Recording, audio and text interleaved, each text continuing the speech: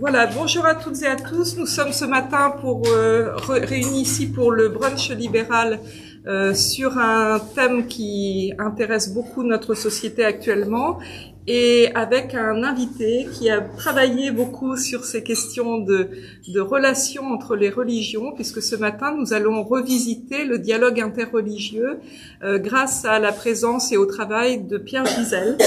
Pierre Gisèle est théologien, anthropologue, un peu, non, en tout cas spécialiste des sciences des religions, on peut dire ça? On peut dire ça, mais je pense que les responsables de sciences des religions seraient choqués qu'un théologien passe pour spécialiste des sciences des religions, vu l'ensemble du passif historique. D'accord. Donc, tu vois. Mais c'est vrai qu'on a souvent hésité sur les qualifications qu'il fallait me donner. Le magazine littéraire a même dit, je cite, que j'étais le plus sociologue parmi les théologiens. Fin de citation. Très bien. Ce que ça veut dire, je ne sais pas, mais enfin bon. Pour moi, c'est une vertu. Et donc, voilà, on est ensemble ce matin parce que Pierre Gisèle a écrit beaucoup d'ouvrages et d'articles très intéressants sur les questions religieuses et particulièrement un livre qui s'appelle « Par-delà les replis communautaristes ». Nous en avions parlé lors des journées du protestantisme libéral, donc à Sète, et j'ai pensé qu'il était bon de revenir sur ce livre parce qu'il évoque des relations entre les religions qui peuvent être vraiment très porteuses. Enfin, je trouve que les idées qui sont dans ce livre sont très porteuses pour revoir la question du dialogue interreligieux, et j'y ai vu, pour ma part en tout cas, un essai de méthode pour le dialogue interreligieux. Alors, ça a surpris Pierre Gisèle lui-même, mais je vais essayer de défendre cette idée. Voilà. Alors, je vais peut-être introduire la question maintenant avec les réflexions que j'ai pu avoir à partir de ce thème-là. Alors, le dialogue entre les religions n'est pas une chose nouvelle, évidemment, ça existe depuis très longtemps.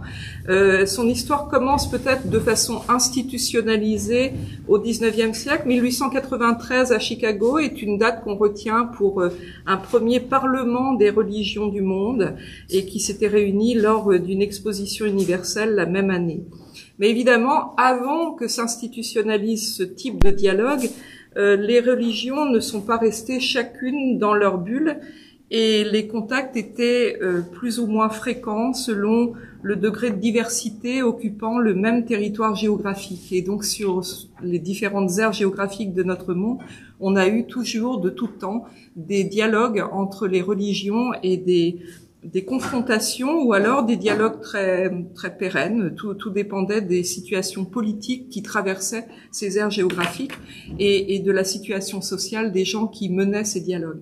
Au temps biblique déjà, la religion de l'autre existe évidemment pour le peuple d'Israël et elle est souvent source de réflexion pour savoir jusqu'où aller dans la rencontre et jusqu'où aller parfois dans la mixité des rites.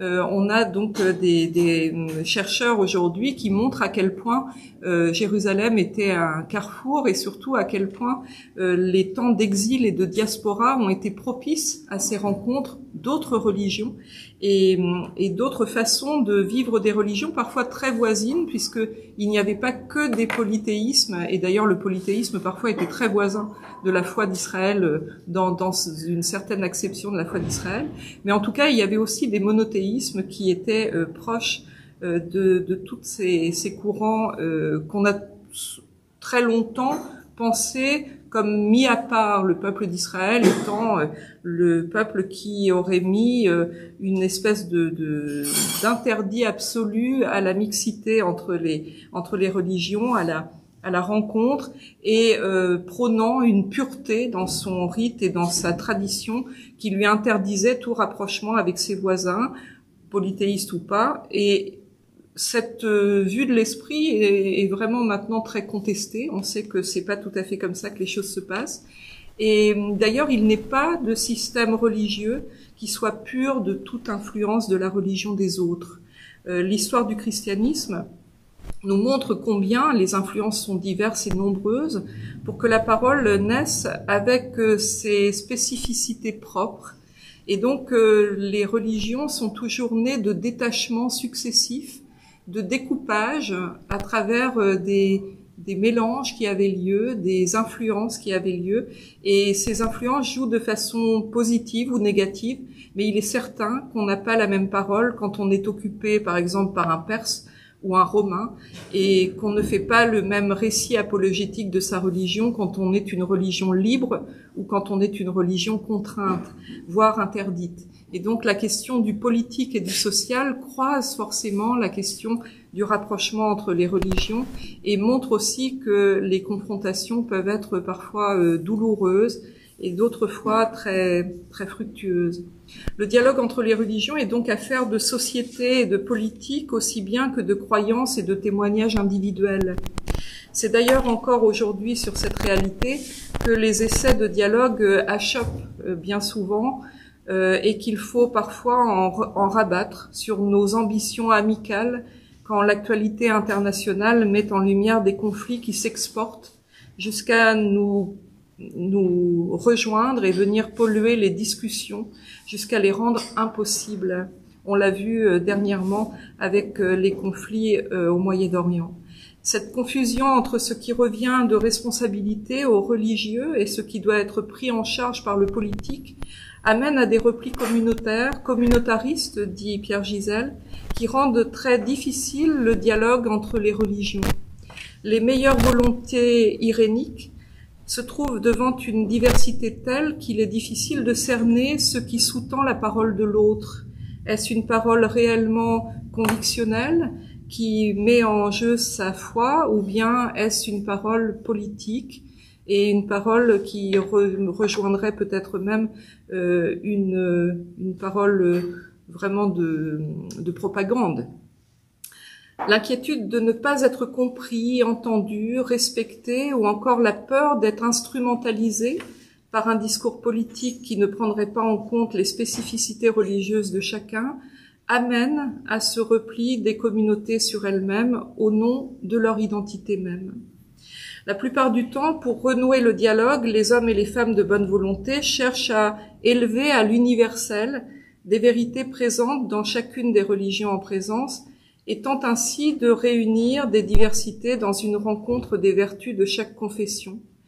Mais cet universalisme, qui s'appuie bien souvent sur un humanisme, puisqu'il relève d'une certaine façon philosophique de concevoir les rapports humains, ne réunit que dans une entente nivelant les spécificités pour les rendre acceptables par tous. Ce type de dialogue a permis de tisser des rencontres et a permis des liens sociaux paisibles dans bien des lieux, mais sont-ils suffisants et rendent-ils compte de la place à laquelle chaque confession peut prétendre dans l'espace social et politique? Dans l'excellent livre de Pierre Gisèle, intitulé « Par-delà les replis communautaristes », je me suis arrêtée à une phrase qui m'a donné la clé pour réfléchir au positionnement d'un dialogue entre les religions, un dialogue qui soit fructueux.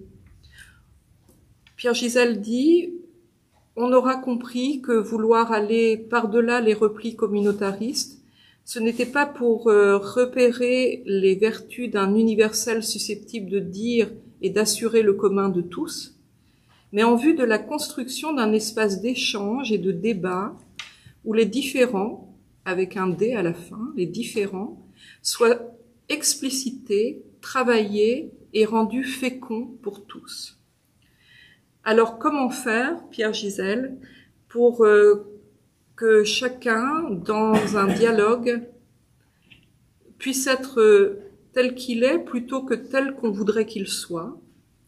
Et par quelle méthode le dialogue des diversités peut-il être fructueux? Et je vous laisse la parole. Merci beaucoup de cette introduction, merci beaucoup de votre invitation. Première fois que je viens à l'oratoire, vous me direz c'est le moment, mais bon.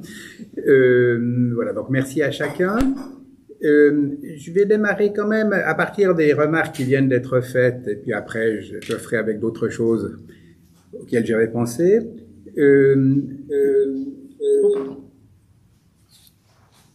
Ok. Alors, quelques points que je reprends au passage. D'abord, concernant l'histoire du dialogue, alors effectivement, le moment de Chicago est un moment tout à fait important dans la modernité ou la contemporanéité. Mais c'est vrai, je l'ai dit tout à l'heure, que des dialogues, il y en a toujours eu. Thomas d'Aquin, pour prendre une référence qui est quand même très accrédité, puisque même la papauté voulait que ce soit le docteur commun à la fin du XIXe siècle, n'existe pas indépendamment des dialogues avec l'islam. La somme contre les gentils, qui est une des sommes théologiques de Thomas d'Aquin, elle est complètement construite en fonction du dialogue avec l'islam et des rapports avec Maïmonide, Averroès, etc. Donc, juste pour prendre cet exemple, je veux dire, c'est pas au XXe siècle ou au XIXe qu'on a inventé la confrontation et le dialogue. C'est ancien, c'est récurrent, c'est heureusement récurrent. Après, il y a différentes manières, effectivement, de l'assumer, d'en faire quelque chose qui soit fructueux pour chacun et pour tous. Voilà. Maintenant, confrontation. Alors oui, confrontation, mais je pense qu'on est d'accord sur le fond, mais je vais un tout petit peu nuancer le terme parce que confrontation peut laisser entendre qu'on a comme ça des ensembles religieux qui peuvent venir en confrontation les uns par rapport aux autres, et que probablement qu'il faut quand même qu'on approfondisse un peu ce qu'on entend par une tradition religieuse. Une tradition religieuse, pour le dire un peu rapidement, et de façon peut-être provocatrice pour certains, c'est une suite d'acculturation. Il n'y a pas un christianisme qui existe comme ça, et puis après, bien, il va s'intégrer dans l'Antiquité tardive avec le néoplatonisme, les gnoses et d'autres choses, et puis après, au Moyen-Âge, à l'occasion de diverses mutations socioculturelles. C'est plus profond que cela. Il y a vraiment une reconstruction à chaque fois, une acculturation au sens fort. Si on prend le moment classique du christianisme, 3e, 4e siècle, ça n'existe pas en dehors des matrices culturelles de l'époque. On a souvent mis en avant le fait que le christianisme est en tension avec la gnose et avec d'autres mouvements de l'époque. C'est correct, ils sont en concurrence, mais ils sont en même temps complices et concurrents. C'est-à-dire qu'il y a un effondrement des religions de la cité, gréco-romaine, etc., pour aller vite, qu'on est dans un tout autre dispositif, et que aussi bien les gnoses que les groupes néoplatoniciens, qui sont pas que de la philosophie, hein, ils font des petites manipulations liturgiques, et puis le christianisme participent profondément de cela et répondent autrement de la nouvelle disposition, mais c'est une nouvelle disposition pour tout le monde. Voilà, suite à un effondrement au fait qu'il y avait des schémas culturels qui ne fonctionnent plus et qu'on est en train de reconstruire quelque chose. Donc très profondément, l'acculturation, c'est très important, je crois, pour le christianisme. En principe, c'est assumé, mais toujours à nouveau, forcément, il y a des réactions qui vont à l'opposé. On parle souvent, ou on a souvent parlé de l'hellénisation du christianisme. C'est-à-dire quoi? Alors, finalement, c'est un peu le fantasme qu'on aurait une pureté culturelle hébraïque et puis qu'après, on s'est hellénisé, qu'on a fait quelques compromis. Bon, outre que, de toute façon, l'hellénisation, ça vient d'Alexandrie et que c'est au moins 3 siècles avant Jésus-Christ, avant le christianisme au sens strict. Donc, de toute façon, voilà, on est dedans. C'est quand même un grand moment. Puis hellénistique, c'est pas la même chose que hellénique, je veux dire, c'est pas avec Platon qu'on discute, c'est avec le moment hellénistique, Alexandrie, les recompositions, disons, de l'Empire, l'Est de la Méditerranée. Voilà. Donc, il n'y a rien du christianisme en dehors de cette hellénisation, même là pour commencer, puis après ça continuera avec des tas de changements. Il n'y a rien en dehors de cette hellénisation. Voilà, le pape Benoît XVI, que vous n'aimez probablement pas trop, d'après que vous êtes libéraux et donc les papes, c'est pas votre tasse de thé, il avait validé très fort le moment de l'inscription dans l'hellénisation. Sur le fond, il avait raison, je trouve. Le petit problème, c'est que lui, il pense que c'était la synthèse définitive, voilà, tandis que pour moi, c'en est une qui est instructive, avec ses risques et ses chances. À chaque fois, il y a des risques et des chances. Ça peut toucher la question de méthode que tu mettais en avant tout à l'heure. Voilà, donc il y a effectivement un moment de synthèse chrétienne sur ce terrain de l'hellénistique. Mais ensuite, voilà, ça change à nouveau et il n'y a pas une synthèse définitive. Voilà. Donc, je voulais juste accentuer ce point. Hein. On est dans l'acculturation tout le temps quand on est des traditions religieuses, ça ne cesse de bouger. Autre exemple, pour montrer que ça bouge et qu'il y a, comme j'ai dit, des dispositifs socioculturels qui se modifient. Puis après, sur ces dispositifs, il y a différents arrangements possibles. Tout à l'heure, j'ai dit pour la gnose, le néoplatonisme, le christianisme. Mais c'est un point important. Et si je prends le XVIe siècle, qui nous importe puisque, en principe, quand même le protestantisme se réfère au XVIe siècle, il faut bien voir qu'au XVIe siècle, tout le monde bouge. Il n'y a pas des catholiques qui sont restés figés sur leur truc, et puis des protestants qui ont enfin inventé de façon libre et nouvelle quelque chose. Au XVIe siècle, tout le monde bouge. Tout le monde bouge parce qu'on a le même phénomène que ce que j'ai esquissé très vite tout à l'heure pour l'Antiquité tardive, à savoir que les chemins de spiritualité, les symboliques, etc., qui s'étaient forgés et qui fonctionnaient bien au cœur du Moyen-Âge, à un moment, tout d'un coup, elles sont plus opérantes. C'est pas qu'on a choisi qu'elles étaient plus opérantes, mais elles sont plus opérantes, voilà. Et consciemment ou inconsciemment, on reconstruit le christianisme sur un nouvel espace, un nouveau dispositif socioculturel, donc tout le monde. Le catholicisme au XVIe change autant que le protestantisme, et comme j'aime bien dire souvent, le catholicisme à la fin du XVIe, après le Concile de Trente et le début de la Contre-Réforme, il est aussi différent des docteurs médiévaux du XIIe et XIIIe siècle que l'est le protestantisme. On a reconstruit, alors on peut très bien montrer des parallèles, là, on est chaque fois dans un nouveau dispositif que personne n'a choisi, et puis ce dispositif, on ne l'habite pas de la même manière, et donc il y a des conflits, des disputes, etc., sur la manière d'assumer, de répondre de la situation nouvelle qui est la sienne. Voilà, je voulais juste dire ça concernant confrontation. Vous voyez, ça complexifie un tout petit peu le jeu. C'était pas contre le terme qui était posé, mais si on veut un petit peu aller un peu plus en profondeur, confrontation, il faudrait quand même se libérer de l'idée qu'on aurait des choses qui existent comme ça, un peu autonomisables, et puis après, elles se confrontent à des choses extérieures. Le travail, il est plus interne à chacune des traditions et à chaque fois repris. Et voilà. Maintenant que le politique croise le religieux, c'est parfaitement sûr. Hein. C'est pas seulement à cause du fait que les évangéliques ont tous voté pour Monsieur Trump, hein, ou que Poutine est un conseiller dans l'orthodoxie qui est assez facilement identifiable, mais plus largement, alors bon, comme vous savez, on est en train de fêter, paraît-il, Nicée, etc. Le concile de Nicée, sans la présidence de Constantin et le fait qu'il a convoqué le concile, ça n'existerait pas. Et donc, voilà, il avait aussi intérêt à ce qu'il y ait un minimum d'unité dans l'Empire.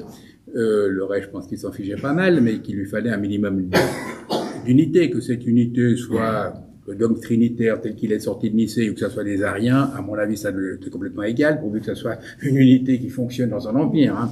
Voilà. Bon. Donc, de toute façon, des croisements avec le politique, il y en a toujours eu. Ça, c'est clair.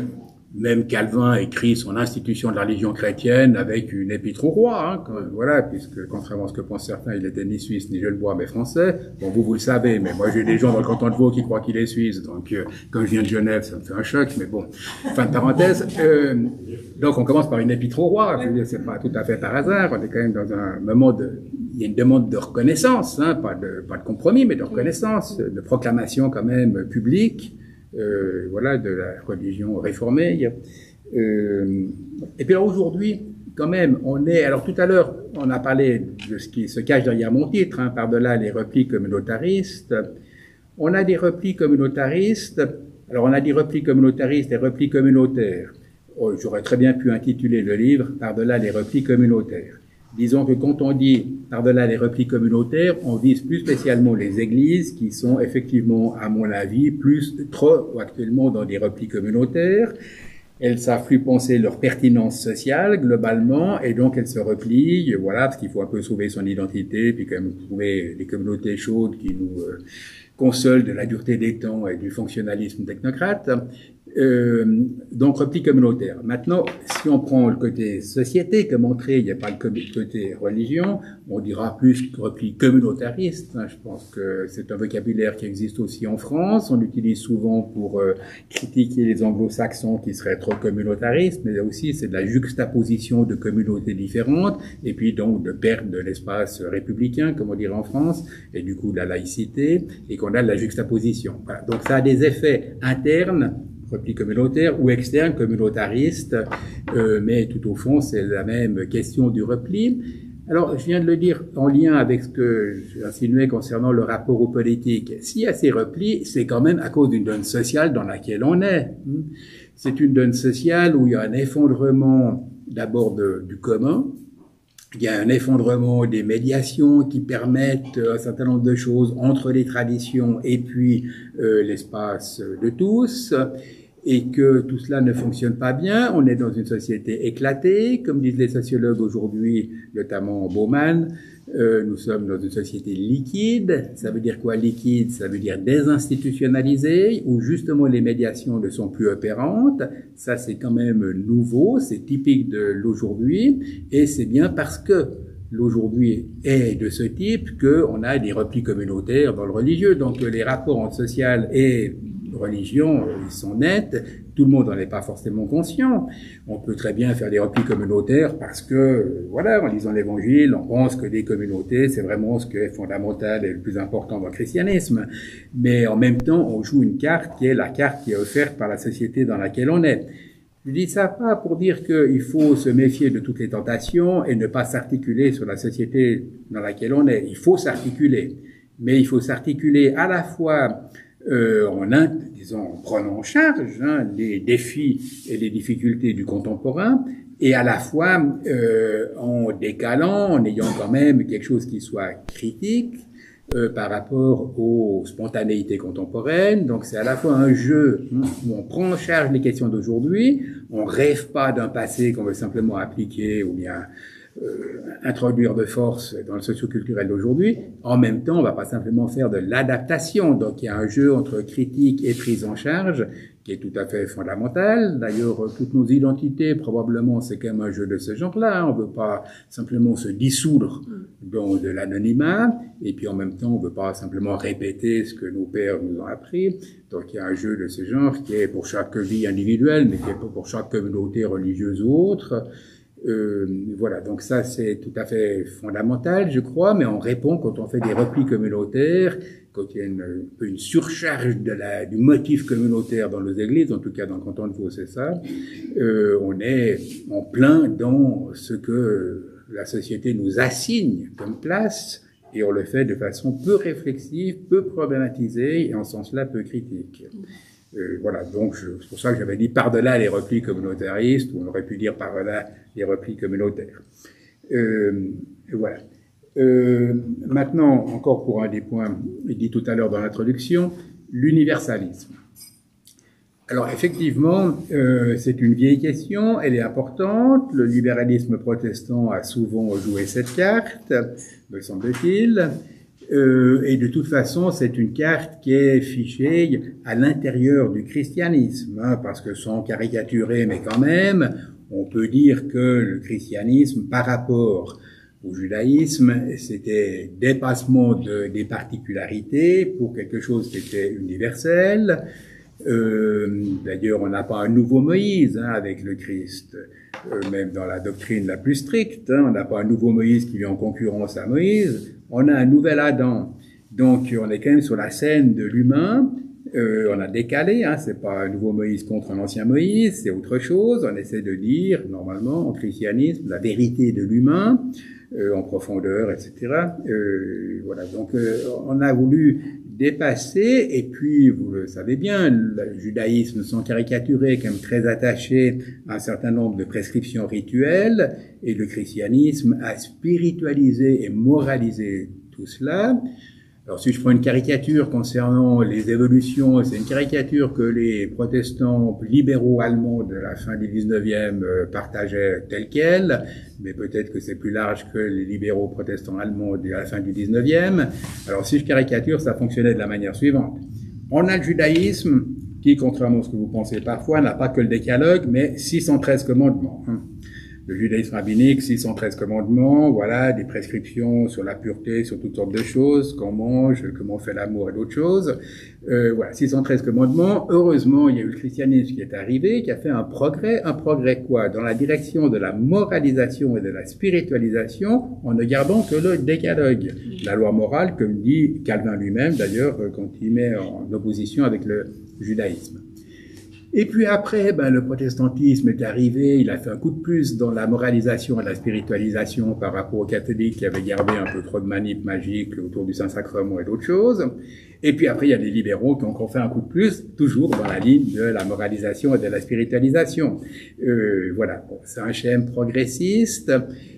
Si on veut. Alors aujourd'hui, il est en difficulté, puisque comme vous savez, on est dans le retour de bâton, comme diraient certains, par rapport aux idées progressistes, et il y a toutes sortes de retours qui sont pas réjouissants du tout, mais qui signalent quand même une insatisfaction, qui signalent quand même qu'il y a des questions qui ont été refoulées, et qu'il y a des questions à reprendre. Hein, voilà. Donc, en ce sens-là, on va pas simplement dire il y a des retours obscurantistes, on va continuer à prêcher l'universalisme purement simplement. C'est pas par hasard que ça marche plus vraiment. Il y a des vraies et bonnes raisons, il y a des mauvaises, mais il y a aussi des bonnes qu'il faut savoir déchiffrer et honorer autrement. Voilà. Donc, universalisme, là, je fais un petit peu d'excursus pour faire sentir une ou deux choses. Mais profondément, c'est la question de la particularité. Qu'est-ce qu'on fait des particularités? Nous vivons tous dans des déterminations qui sont particulières. Je suis un mec en Occident, je suis pas une femme bouddhiste ou noire au sud Kivu ou au nord Kivu. J'ai ma culture, c'est des déterminations, c'est de la particularité. Voilà. Moi, je pense que nous sommes assignés à des particularités. Ça fait partie de l'ordre de la création, qui est un ordre différencié, pour parler théologiquement, et qu'on est assigné à cela. La question, c'est de savoir comment est-ce qu'on en répond. Mais on est assigné, donc ça, c'est une première chose. Et comment est-ce qu'on en répond? Le risque, bien sûr, c'est le particularisme, c'est-à-dire de s'enfermer dans les particularités, fermées, auto-justifiées, auto-référées, etc. Il faut casser ça. Mais la réponse, alors justement, c'est pas, dans ce que j'essaie de proposer, d'aller vers un universalisme qui serait dissolvant, qui prendrait pas au sérieux ce qui s'est cristallisé dans les particularités, qui prend pas non plus au sérieux le fait que toutes nos existences sont inscrites dans des particularités et que nous avons à en faire quelque chose, pas simplement à les nier pour aller au septième ciel.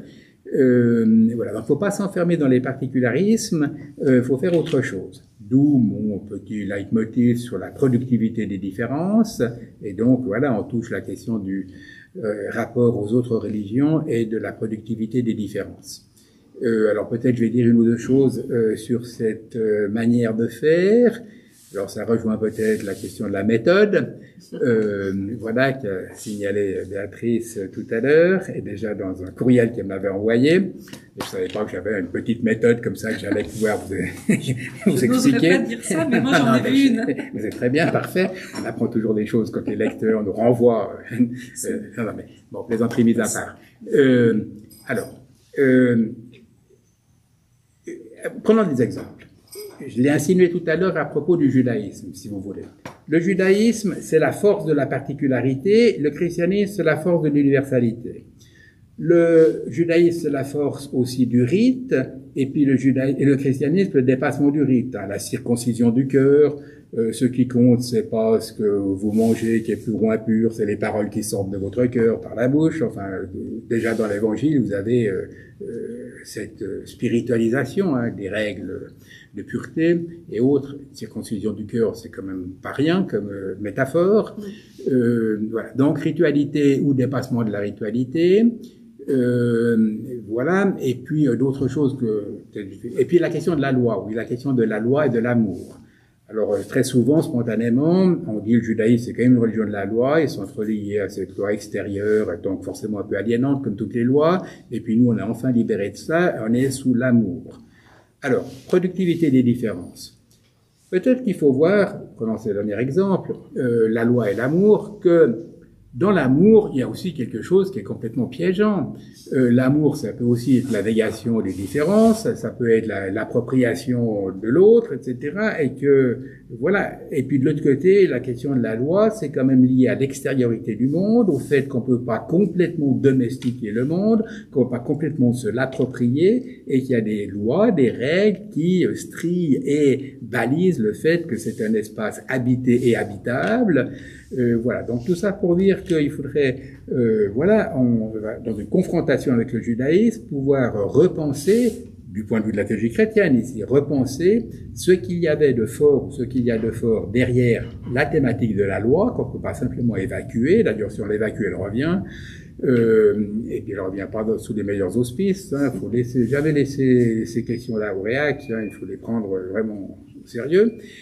Donc, d'une part, hein, ce qu'il y a de fort derrière cette résistance du judaïsme à la question de l'amour, et puis du côté de l'amour, la conscience quand même qu'il peut y avoir des pathologies dans le meilleur, qu'il y a des pathologies dans l'universalisme, il y a des pathologies dans la thématique de l'amour qui résorberait toutes les différences, etc.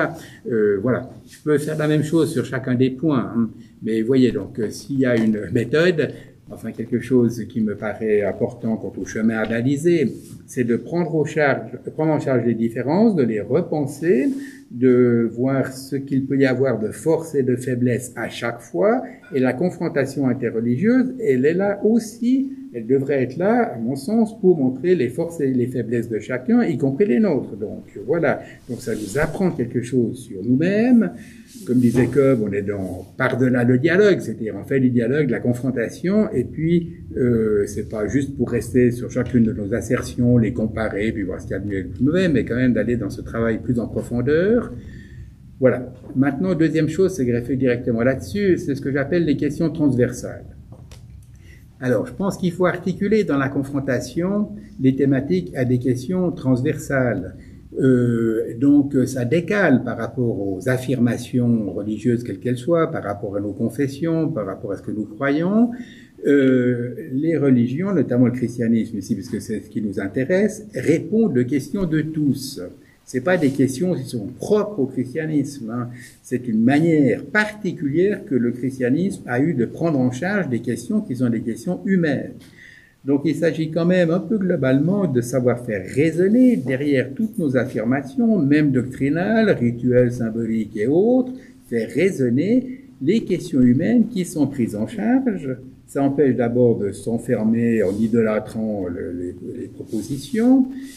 Alors vous me direz, c'est relativement facile si on réfléchit à la ritualité, parce que la ritualité, on voit bien quand même qu'on s'inscrit dans de l'anthropologique un peu générale, que ce soit la question de la mort, la ritualisation de la mort, que ce soit la naissance, la ritualisation de la naissance, de l'arrivée nouvelle d'une naissance, que ça soit l'adolescence, comme par hasard on avait mis traditionnellement la confirmation au moment de l'adolescence, et toutes les anciennes religions ont des rites d'initiation liés à ce moment-là, donc on voit bien qu'on s'inscrit dans des trucs anthropologiques plus larges, donc c'est pas très difficile à faire voir concernant les rites, c'est pas non plus très difficile à faire voir, on peut en discuter sur les symboliques diverses, mais même sur les questions doctrinales plus strictes, le christologique prend en charge la question des médiations avec l'autre, des médiations avec le monde. On raconte une histoire, on fait de la narration où on voit que sont mis en œuvre des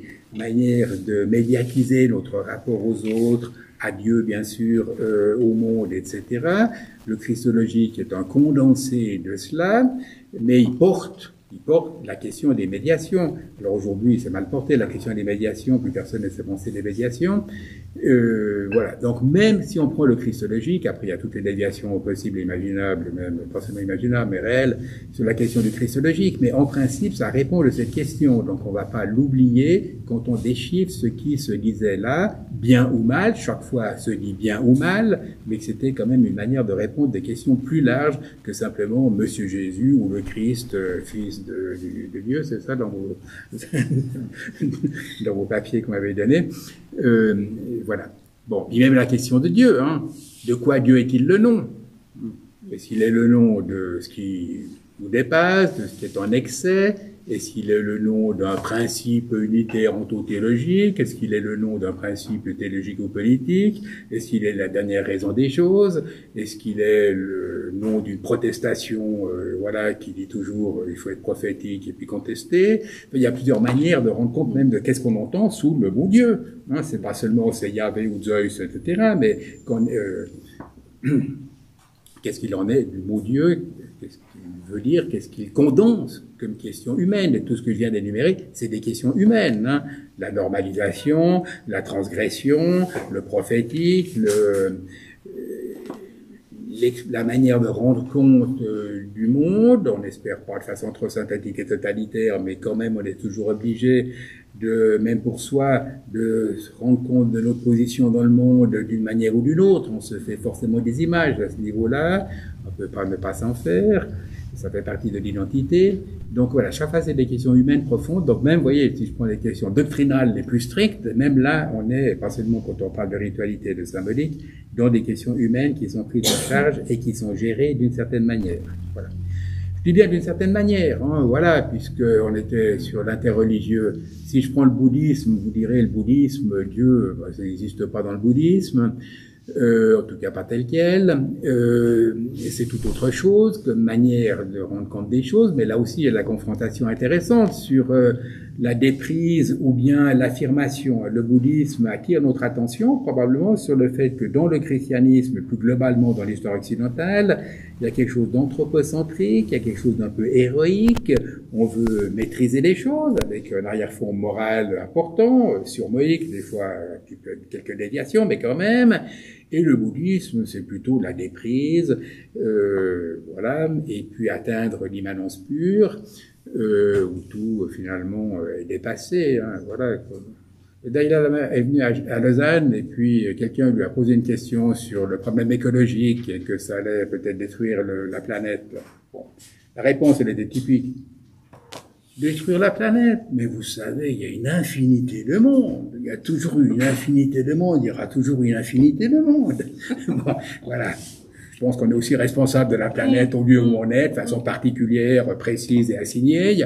Mais la réponse, voilà, bouddhiste, elle était quand même assez typique. Bon, voilà. Donc, de nouveau, pour la question de la confrontation puis de l'intérêt, il y a quelque chose à redécouvrir de la déprise contre l'anthropocentrisme, hein, donc en ce sens-là critique sur notre tradition et ses excès, ou comme vous voulez. Voilà, et puis de l'autre côté, probablement qu'il y a des questions à relancer sur quand même la responsabilité. Bon, le terme, peut-être que les bouddhistes l'aimeraient pas trop, il est trop surchargé. Mais voilà, donc là, il y a une confrontation parce que la question, ne pas être crispé sur nos affirmations et savoir se décaler, savoir se déprendre, savoir accueillir l'autre, accueillir le monde, s'accueillir soi-même, etc. C'est tout à fait important. Parfois dans le christianisme, on l'oublie. Et puis à l'inverse, on va pas dire, voilà, toutes ces choses-là, c'est indifférent parce que les mondes, il y en a eu des paquets, puis il y en a encore des paquets, puis et cultivons notre spiritualité. Lui, en l'occurrence, il fait 4 heures de méditation tous les matins. Hein. Voilà, moi, je fais pas 4 heures de méditation pour tous les matins, pour si j'ose cet excursus autobiographique. Bon, alors, vous voyez, concernant méthode, si on peut dire ça, confrontation, on est sur les différences. Elles sont instructives. Il faut les mettre en rapport, voir en quoi elles peuvent être fructueuses les unes par rapport aux autres et pour chacun d'entre nous. Ça veut dire aussi qu'on problématise les questions qui sont prises en charge, hein, que ce soit la question de l'excès, du dépassement, du rite, etc. On les problématise et on fait un travail réflexif. Donc, dans toutes nos traditions, il y a des affirmations, elles sont fortes, ok, mais il faut les problématiser en lien avec ce que j'ai appelé les questions transversales. La discussion interreligieuse permet de les faire apparaître, de les prendre en charge. Après, il faut les problématiser pour les approfondir et faire du réflexif là autour. Donc, on ne va pas dire ensuite, il y en a des positions qui sont vraies ou non. On a travaillé de façon réflexive, donc on a pu entrer dans une appréciation des forces et des faiblesses. Et puis après, chacun assume. Hein. Voilà, on est sur un arrière-plan d'appréciation de forces et de faiblesses articulées à un moment réflexif lui-même sur des problématisations. Il faut savoir restituer. Donc voilà, si la méthode, ce serait cela comme balisage de cheminement. Voilà. Mais oui, vas-y. Est-ce que ça ne demande pas une connaissance très profonde de nos propres traditions que peu ont? Alors, bien sûr, ça demande une connaissance, mais la confrontation interreligieuse, elle aide, parce que si vous discutez très sérieusement avec des juifs, tout d'un coup, il y a des choses qui vous apparaissent sur votre tradition, vous n'avez pas forcément conscience, et tout d'un coup, vous dites, ah oui, mais chez nous, c'est pas comme ça. Oui. Et pourquoi c'est pas comme ça? Et vous l'avez découvert en discutant avec un juif qui est en train de vous faire l'apologie d'autre chose. Oui. Donc, voilà, il n'y a pas besoin d'aller à l'université pendant 10 ans pour réfléchir à chacune de ces questions. La confrontation fait apparaître des trucs qu'on porte et qu'on savait pas forcément qu'on portait. Oui. Et puis comme c'est dans le jeu de la confrontation, du coup, ça les problématise un peu. Et tac, on est sur le chemin que j'indiquais. Enfin, oui. Il y a du travail à faire, mais je veux dire, il faut pas... les progrès dans la vie, c'est quand même ce qu'on rencontre, ce qui nous met au défi et ce qui nous fait bouger. Hein. C'est pas seulement de lire des bouquins. Mais souvent, on s'arrête. C'est pas interdit de lire des bouquins, mais... Et souvent, on s'arrête en cours de route dans les dialogues interreligieux, avec... une sorte de constatation de la différence et pas forcément ce travail dont tu parles de faire bouger, de décaler les choses et de faire bouger les lignes un peu. Voilà, et aussi parce qu'on n'ose pas aller... On fait son marché un peu aussi. On fait son marché. Voilà. Et ça, c'est ce que je constate souvent dans les dialogues interreligieux. Alors, complètement. Mais aussi parce qu'on a peur d'aller vraiment sur le terrain de l'autre dans ce qu'il dit au plus profond. On a un peu de pudeur ou un peu de, on n'est plus dans l'inquisition, donc voilà, on veut accepter et respecter, et du coup ça freine un peu le fait qu'on irait jusqu'au bout. D'ailleurs au niveau politique c'est encore plus net, moi pour la petite histoire, mais ça joue un petit rôle quand même, consciemment ou inconsciemment chez moi, y compris sur la question interreligieuse. J'étais pendant 15 ans dans la commission du gouvernement cantonal sur les affaires religieuses. Et on avait notamment à gérer la question de l'islam, comme partout. Voilà. J'étais dans la sous-commission qui s'occupait de l'islam. Mais je vois bien comment tous les politiques réfléchissent. C'est neutraliser au maximum la question religieuse, parler juste de l'état de droit et deux, trois choses à ce niveau-là. Nous, on a fait avec un collègue une formation pour les acteurs religieux où on a des imams, des pasteurs évangéliques, des curés africains et autres, etc. On a atteint notre 6e volet avec chaque fois 20 personnes sur un programme lourd, 25 personnes sur un programme lourd. Mais on entre dans les traditions, dans chacune des traditions, voilà. L'État, forcément, il sait pas faire ça. D'abord, il a peur de faire ça. Deuxièmement, il sait pas comment prendre les choses. Donc, on est renvoyé justement dans les replis. Voilà. Il faut faire fructifier ces questions. Si c'est des questions de tous, il n'y a aucune raison que socialement et politiquement, on se les paye pas. Donc, moi, je suis pour un État neutre. En ce sens-là, je suis complètement sur la laïcité. Au niveau politique, l'extension à la société civile, ça se discute. Hein. Sur ce point, je suis pas français. On devrait quand même bien faire la différence entre le politique et le civil. C'est pas parce qu'on est neutre au niveau du politique, et là, je le dis de façon intransigeante, qu'on va uniformiser et homogénéiser l'ensemble de la société et empêcher qu'elle vive et qu'elle respire. Ça fait partie, au contraire, aussi d'une responsabilité de l'État, pas seulement de mettre en place des choses qui font qu'on peut se respecter, qu'il n'y ait pas de violence, etc., que ça soit la paix civile maximale. Bon, ça c'est une responsabilité, elle est non nulle, mais il y a aussi une responsabilité de faire respirer la société civile. Donc pas de prendre la place des acteurs religieux, mais de temps en temps de les provoquer. Je trouve, et à l'État, j'ai aussi encouragé ça sur des points précis, il faut provoquer, l'islam, il faut le provoquer sur tel ou tel point. Les chrétiens ou les évangéliques, il faut les provoquer sur tel ou tel point. Après, c'est eux qui répondent, c'est pas nous qui répondons à la place, mais il faut entrer sur leur terrain et provoquer. Or, aujourd'hui, c'est la neutralisation, personne ne fait ça, donc du coup, on est communautariste. Voilà. Parce que derrière communautarisme et puis repli communautaire, il y a le fait qu'on se replie sur le point, la question communautaire dans chacune de nos traditions, sur des biens propres, voilà, qui nous appartiennent, qui nous aident à vivre, ok. Et que on se les est aussi un peu appropriées, elles sont plus vraiment problématisées. Mais du côté de la société civile, on a neutralisé, comme je l'ai dit tout à l'heure, on a neutralisé des questions qui sont des questions de fond de la société et qui ressortent. C'est pas par hasard qu'il y a des réactions, du réactionnaire et d'autres choses, c'est parce que aussi ces questions ont été délaissées. Ça se paye, hein, le fait qu'on laisse des questions de côté, ça se venge.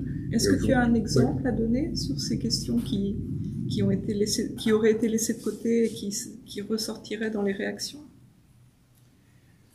Que je prenne des exemples qui ne soient pas trop circonstanciés. Non, mais il y a la question de comment est-ce qu'on habite le temps, comment est-ce qu'on habite l'espace, qu'est-ce qu'on fait de ce qui est en excès de l'humain, comment est-ce qu'on, les religions sont porteuses de plusieurs choses, mais elles sont quand même porteuses de symbolisation, et elles sont porteuses d'un rapport à l'excès. c'est-à-dire en rapport à ce qui nous dépasse. Comment dans cette société on gère ce qui nous dépasse? On a du fonctionnalisme, de la technocratie, et le reste c'est laissé au privé, c'est-à-dire aux opinions, à la doxa et aux affects. Sur les réseaux sociaux, les affects, ça y va fort au niveau. Donc, c'est pas seulement dans les religieux, ça, hein, c'est dans le politique. Je veux dire, pourquoi Trump a gagné, c'est aussi parce que pour il était candidat, il a pu être candidat. C'est aussi parce que les médiations fonctionnaient plus. Je suis sûr qu'il y a 25 ans, le Parti républicain aurait empêché que Trump soit candidat. Aujourd'hui, les églises ne jouent plus leur rôle, les partis ne jouent plus leur rôle, les institutions intermédiaires ne fonctionnent plus, et donc on a soit l'espace fantasmatique républicain, mais il est un peu fantasmé, et puis chaque individu juxtaposé avec ses affects. Voilà, donc ça c'est quand même le repli, le fait de le déferlement sur les affects parce qu'on ne sait plus comment réguler les choses. Ça veut dire qu'il y a moins de pensée, moins de conceptualisation. Ah, il y a moins de pensée, il y a plus de pensée, il y a des connaissances. À l'université, aujourd'hui, c'est l'accumulation des connaissances. Moi, je suis dans une université en Suisse où normalement c'est censé être un peu plus différencié, mais le seul but de l'université, c'est l'accumulation des connaissances. Quand j'étais de nouveau doyen à la fin de mon mandat de prof, et puis on sortait voilà d'une petite crise, enfin une grande crise, et à la fac, mais j'ai fait un petit édito dans un petit journal interne de la faculté, enfin interne, mais qu'on essaie de jouer de façon plus large, et j'ai dit, pour justifier l'existence de la faculté, que dans la société d'aujourd'hui, analphabétisme religieux, il y avait des tas de choses à connaître, etc., etc. Bon, jusqu'à ça va. Et j'ai ajouté qu'il n'y avait pas seulement des choses à connaître, mais aussi des choses à penser. Je me suis fait flinguer par les gens de sciences des religions, qui m'ont dit « Ah, c'est le théologien qui revient, c'est quoi ?» Voilà. Parce que penser, ça veut dire automatiquement imposer quelque chose. Il n'y a pas de régulation publique du penser, et donc c'est laissé à la doxa de chacun. Et le théologien qui vient dire ça, c'était immédiatement soupçonné. Ah oui. Voilà. Je m'excuse, mais une université bien comprise, c'est pas seulement l'accumulation des connaissances. Le savoir, c'était quand même autre chose dans la tradition médiévale, au moment de la création des universités en Europe, ou bien à Berlin en 1830 dans la création des universités humboldtiennes, comme on disait. Il y avait une ambition, bien sûr, de connaître des tas de choses, parce qu'on ne pense pas en dehors de connaissances et de savoir, mais on ne fait pas que de l'accumulation du savoir. Il y a des méthodes pour problématiser, il y a des méthodes pour penser. Si vous lisez les théoriciens de Berlin en 1830, 1810, au moment de la création de l'université, ils ont tous des propositions différentes, mais qui sont tous articulées sur c'est quoi penser. Bon, aujourd'hui, alors ça... poubelle. À l'EPFL, il parlait de l'EPFL là, tout à l'heure, qui est un bon exemple, effectivement, où il n'y a que le savoir et la technocratie. Qu'est-ce que c'est? L'EPFL, c'est l'École Polytechnique Fédérale, et puis quelqu'un parmi nous a un fils qui est à l'École Polytechnique Fédérale, donc on en parlait tout à l'heure. C'est donc une grande université qui, elle, dépend de la Confédération suisse et non pas des cantons, et qui est sur le même campus que l'Université de Lausanne. Voilà, donc on les connaît bien, puis c'est dans le classement à Shanghai, ils sont bien placés. Je pense au-dessus de la plupart des universités françaises. Et voilà. Et puis, alors, celle de Zurich encore plus dans les 10 premières. Mais c'est au lieu de la technique et de la manipulation de la vie, aussi de la biologie, hein, comment on fait. Parce qu'aujourd'hui, c'est surtout ça. La physique et la chimie, c'est plus vraiment ce qui est en pointe, mais c'est la biologie. Bon. Voilà. Mais c'était pour dire ça. Il n'y a pas que la connaissance, il y a le penser. Et aujourd'hui, culturellement, on ne sait plus ça. Puis culturellement, on est dans l'égalitarisme et la neutralisation. De nouveau, j'étais donc dans cette commission. Dans cette commission de l'État, moi je m'occupais notamment des musulmans. Il y a une autre sous-commission qui s'occupe des anglicans. Alors vous avez là-dedans une patronne qui est sociologue, de gauche comme tous les sociologues, pas tout à fait, il y a quelques exceptions, bon, mais quand même, qui a été, je le donne en mille, pendant 25 ans directrice du Centre d'observation des croyances, donc elle est censée savoir quelque chose sur le religieux, mais justement, vu qu'elle est scientifique, contrairement à moi, d'ailleurs une fois à la commission, elle m'a dit « Oh, tu comprends, toi t'es théologien, moi je suis scientifique », fin de citation. Voilà, alors ça donne quoi?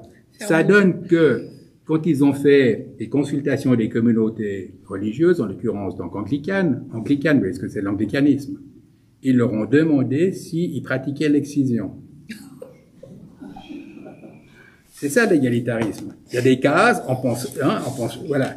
Donc, on a demandé aux musulmans aussi de pratiquer l'excision, donc on le demande aux anglicans. Voilà. Donc, il n'y a plus aucune pensée, pas de distance, etc. Il y a des colonnes, il y a des cases, il faut mettre des croix. Ouais, c'est ça, c'est les grilles d'évaluation. Oui, c'est ça. Donc ça, c'est quand même l'effondrement de la pensée. Bien sûr, bien sûr, bien sûr. Ça et les QCM. Oui, enfin, toute cette façon de remettre tout le monde sur le même plan, oui, comme si c'était comme ça. Oui, et avec une grande justification. Ils sont hyper sincères, ils sont sûrs qu'à cause de ça, ils vont être égalitaires, honnêtes, alors que nous, les vieux, voilà. Est-ce que c'est une peur de l'idéologie qui fait ça? Oui, c'est une peur de l'idéologie. Alors, l'idéologie, il faut bien sûr s'en méfier, mais c'est pas en neutralisant les questions qu'on va simplement casser les idéologies. D'abord, ça ressort, oui. Ça se range. Il faut faire une critique de l'idéologie. Pourquoi chaque proposition un peu structurée, etc., peut virer à l'idéologique? Quand est-ce qu'on est idéologique ou pas idéologique? Ça veut dire quoi idéologique? C'est pas simplement qu'on a des propositions un peu sensées et puis dont on peut rendre compte. Là, on n'est pas encore forcément idéologique. C'est comme le politique. Quand est-ce que le politique sort du politique et donne le nazisme ou le stalinisme? C'est pas seulement une mauvaise politique. Sur ce point, Barthes, que vous n'aimez pas trop, moi non plus d'ailleurs, rassurez-vous. Ça dépend quoi. Ça dépend quoi. Sur ce point, il avait raison. Au moment de Barmen et de l'Église confessante, Hitler n'est pas dénoncé comme une mauvaise politique, mais comme une déviation du politique. Bon, est-ce qu'on sait penser aujourd'hui une déviation du politique? Voilà, mais ça veut dire à ce moment-là qu'on sait ce qu'est le politique. C'est comme le religieux. C'est quoi l'instance religieuse? Il faut aussi qu'on réfléchisse, on le fait moins qu'avant, sur quelle est l'instance dont répond le religieux. La société, elle est traversée d'instances diverses. Il y a le savoir, il y a l'esthétique, le culturel, le moral, et puis le religieux. Chaque fois, ça a des forces et puis des limites. Voilà, on va pas être créationniste si on a une bonne compréhension de ce qu'est l'instance du religieux et qu'on l'a distingué donc du savoir. Après, il y a des articulations à penser puis toute une histoire. Mais quand même, c'est quoi la spécificité? Les évangéliques, en tout cas ceux que je connais, maintenant les évangéliques, faut pas caricaturer, c'est très très large, il y a toutes sortes d'évangéliques, absolument. Mais les évangéliques purs et durs auxquels j'ai eu affaire, il y a plus de distinction entre croire et savoir. Alors, il varie stratégiquement, même au tribunal, concernant les réflexes. Ou bien c'est, que je dise pas bêtises, c'est la Bible, c'est un savoir, la création, ça s'est passé comme ça, donc il n'y a pas de croire, il n'y a que du savoir. Ou bien tout d'un coup, il renverse. C'est, ouais, mais Darwin, c'est du croire. Parce que c'est pas si sûr que ça bouge, etc. Donc c'est du croire. C'est pas parce que les savoirs bougent que c'est du croire. Je veux dire, c'est quoi? Bon, voilà. Donc le fait qu'il puisse passer comme ça, la Bible c'est un savoir, ou bien alors tac, Darwin c'est du croire, montre bien qu'il n'y a aucune réflexion sur c'est quoi le croire, c'est quoi le savoir, dans ses diversités à chaque fois, dans son histoire à chaque fois. Mais si on n'a pas une réflexion là-dessus, c'est quoi la pertinence du religieux? C'est quoi la pertinence du religieux qu'on habite de façon diverse? Mais derrière nos questions aussi sur la diversité, il y a ça. C'est quoi la pertinence, donc l'espace de rationalité du religieux en tant que religieux? Bon, puis après, si on veut continuer, il y a des difficultés supplémentaires aujourd'hui au fait qu'on n'est pas seulement dans la diversité religieuse, au sens où il y a le judaïsme, le bouddhisme, l'islam, le christianisme, etc., comme s'il y avait du religieux puis des cases, puis que chacun occupe les cases de façon différente. Il y en a qui ont la Bible, d'autres le Coran, d'autres, etc. Certains ont les prêtres, et puis bon. Et puis, il y a des cases. Il y a aussi, justement, ce qui circonscrit le religieux, qui bouge, les frontières, le balisage du terrain n'est pas le même. C'est pas seulement qu'on joue de manière différente sur le terrain, mais on a balisé le terrain différemment. Et aujourd'hui, si on regarde un peu ce qui se passe dans la société, c'est assez clair. Il y a qu'à voir sur le mot spiritualité. Vous avez, je pense, remarqué que aujourd'hui, le mot spiritualité, il est de nouveau bien en vogue, et de façon positive, et il se pose à religion. Voilà. Les religions, forcément, c'est arbitraire, traditionnel, impérialiste, avec des dogmes et tout ce que vous voulez. Le religieux, c'est individuel, non dogmatique. Et vous avez des livres qui s'intitulent Spiritualité laïque, notamment chez Comte-Sponville, ou Spiritualité sans Dieu. Comte-Sponville, Spiritualité laïque, c'est 200 000 exemplaires. Il n'y a aucun bouquin de théologie qui est moins de 200 000 exemplaires. Non, sinon, ça se saurait. Ça se saurait. Donc, c'est quand même symptomatique de la société dans laquelle on est. Hein. Et ça fait bouger les frontières. Voilà. Et souvent, vous avez des nouvelles spiritualités qui sont quoi? Des équilibres de vie, de l'hygiène, voilà, où est le religieux, comment il y a, voilà, la recomposition, la santé complètement, croise complètement, c'est un des dieux où ça croise le plus, absolument. Moi, j'ai entendu des infirmières dans les unités de soins palliatifs. Vous dites aussi soins palliatifs chez vous? D'accord. Bon, alors, unité laïque de l'État, mais soins palliatifs. Donc, on a arrêté l'acharnement thérapeutique. On accompagne les personnes à quoi? À se préparer à la mort quand même, après à accueillir la mort, et le cheminement. Et moi, j'ai des infirmières laïques qui m'ont dit, on les aide à ce que l'âme se sépare du corps. Bon. J'ai rien contre, hein. On prend le vocabulaire qu'on peut, que le vocabulaire qu'on a culturellement. Voilà, c'est ça. Bon. Mais c'est comme aussi un indice quand même que les frontières, elles bougent, là, hein, parce que... Et puis l'indice qu'il n'y a pas que le patient qui se prépare à cette étape-là, mais l'infirmière aussi. Oui, bon, l'infirmière en soins palliatifs, oui, bien sûr. L'infirmière en soins palliatifs, elle a l'habitude de nommer de cette façon-là, c'est aussi une façon de dire ce qu'elle voudrait. Oui, voilà, oui. Mais c'est important, oui. Voilà. Donc les recompositions, elles vont quand même assez loin, et on a beaucoup de propositions de spiritualité qui sont de l'équilibre qu'on avait peut-être oublié, ou de la sagesse. La sagesse aussi liée à vieux motifs dans nos traditions, y compris chrétiennes et même déjà bibliques, mais qui parfois ont été passées à l'arrière-plan. Voilà, mais qu'est-ce qui est sagesse, religion, etc. Et puis ces nouvelles recompositions. Voilà, j'ai juste dit ça comme ça en improvisant un peu rapidement, mais pour dire que quand on est face au phénomène religieux aujourd'hui, c'est pas que la diversité des traditions, c'est aussi des recompositions qui font flotter les frontières entre ce qui est religieux et ce qui est pas religieux. Est-ce que l'éthique serait le lieu de la discussion un peu plus conceptuelle des choses? Alors sur forcément, les questions religieuses et sociales. Oui, alors c'est un lieu. J'ai deux expériences pour relativiser un peu tout cela. Tous les intellectuels et les politiques, ils fondent sur l'éthique pour récupérer tout ça. Moi, j'ai été responsable de la mise sur pied du programme de sciences humaines à l'école polytechnique. Donc faire un peu de sciences humaines pour les physiciens, les chimistes, etc. Et je vois bien que tous les politiques voulaient qu'on donne des cours d'éthique. Bon, forcément. Alors, résultat des cours, ils ont des choix, et la première année, ils ont 4 disciplines, et puis après, ils en prennent une qui approfondissent plus, pour la troisième année, c'est encore différemment. Alors, où le report était le moins grand, c'est en éthique. Alors, et où le report était le plus grand, c'était sur les mythes méditerranéens. On faisait des scientifiques de pointe, les mythes, ça leur parlait, l'éthique, rien à foutre. Voilà. C'est plus divertissant. Ok, d'accord. Mais non, voilà. Avant, j'ai été administrateur. C'est un besoin de culture générale, peut-être. Ça leur parle. Enfin, voilà. Après, tu peux interpréter comme tu veux. Enfin, voilà. Quand j'étais administrateur délégué chez Labor et Fides, qui est une maison d'édition que vous connaissez peut-être, et quand j'ai commencé, c'était déjà il y a très longtemps, puisque j'avais été nommé en 76, j'ai assez vite vu que les bouquins d'éthique se vendaient pas bien. Tout le monde demande de l'éthique, mais personne ne l'achète. Par contre, les bouquins de spiritualité, déjà à cette époque, il y a 40 ans, se vendaient 100 fois plus.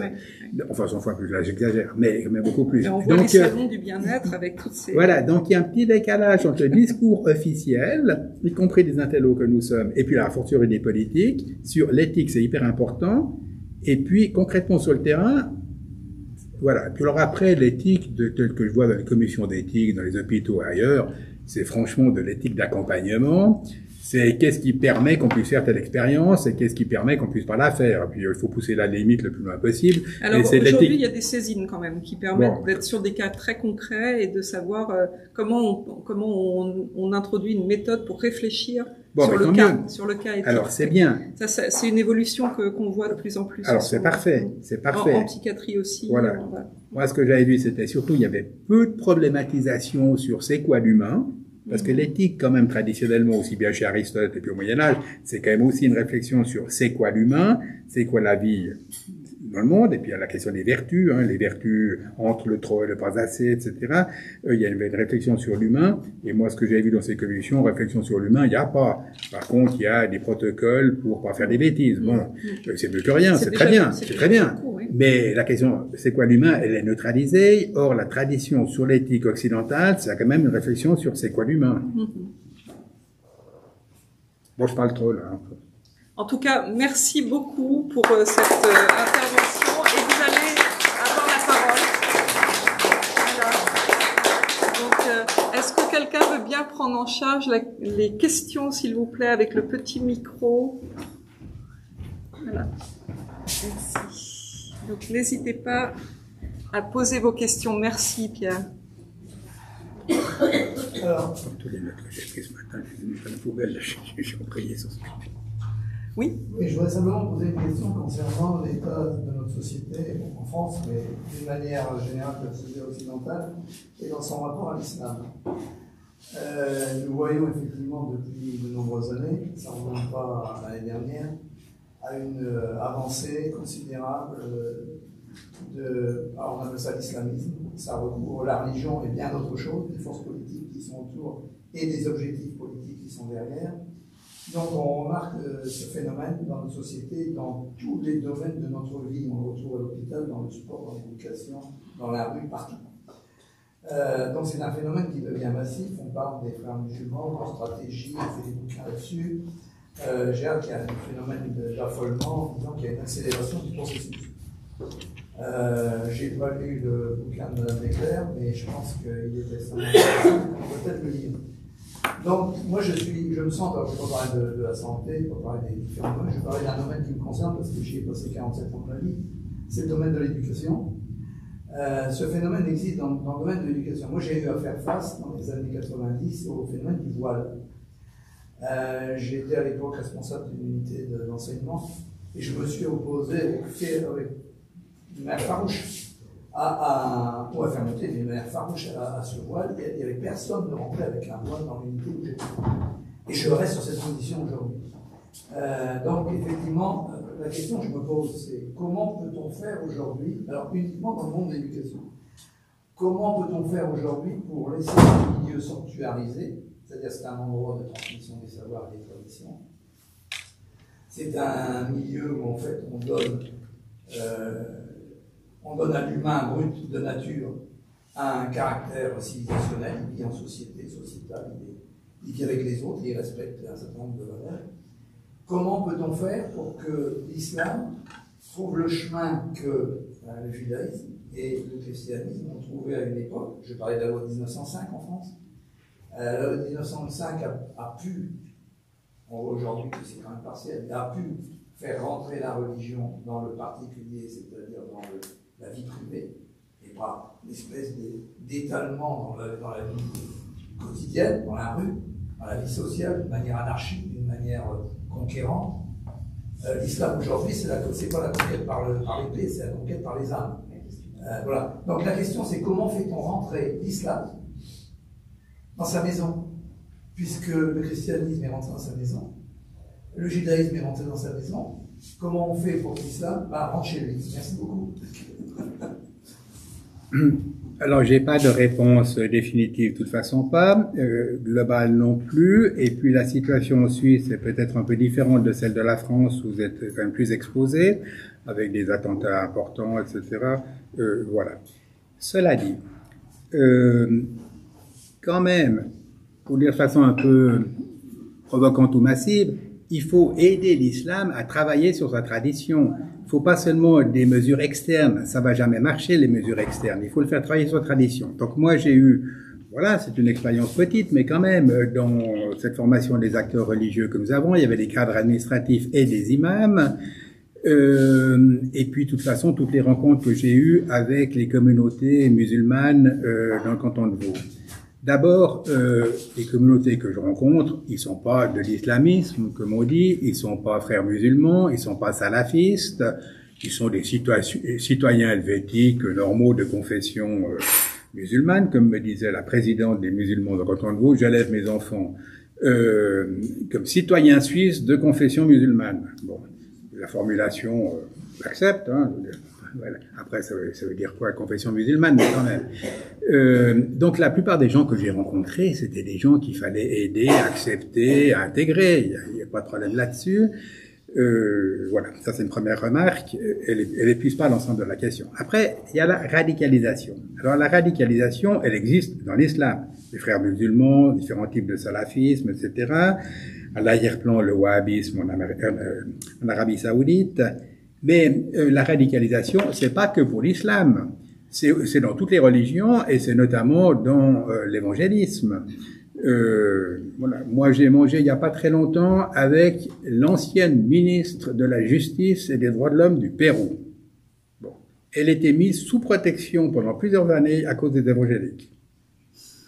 Pourquoi? Parce qu'il y avait des leaders évangéliques au Pérou qui allaient incendier des églises chrétiennes dans lesquelles il y avait à leurs yeux un peu trop de combines des Caraïbes ou d'Afrique dans la liturgie, comme c'est normal, etc. Mais enfin, pour eux, c'était pas dans la pureté du Seigneur Jésus. Donc, ils allaient les incendier s'il y a des morts au passage. C'est pas grave, c'est quand même pour la pureté du Seigneur Jésus. Voilà. Donc, elle a pris des mesures qui me paraissent normales. Elles n'étaient pas excessives, mais du coup, elle était la cible des évangéliques. Bon, alors, vous me direz, c'est un cas extrême, d'accord, mais c'est le Pérou, parce que en Ouganda, c'est la même chose, ailleurs aussi. Et puis, dans le canton de Vaud, dans lequel je suis, et dans lequel j'étais engagé politiquement, la radicalisation chez les évangéliques, elle est partielle quantitativement par rapport à tous les évangéliques, mais il y en a quand même plusieurs qui ont pris le pouvoir et qui sont complètement radicalisés du même genre que l'islam. Donc voilà, radicalisation, c'est un produit de notre société produit de la radicalisation. Pourquoi? Il faut s'interroger là-dessus. Ça touche pas que l'islam, et ça ne touche pas que le religieux d'ailleurs, c'est aussi en politique la radicalisation, ça a à voir, pour dire vite, avec ce que j'ai appelé tout à l'heure l'effondrement des médiations et des institutions intermédiaires, et le fait qu'on est livré aux affects et qu'on a des crises d'identité, et que voilà, bon. Donc j'avais envie de dire ça, les mesures externes, ça aide pas.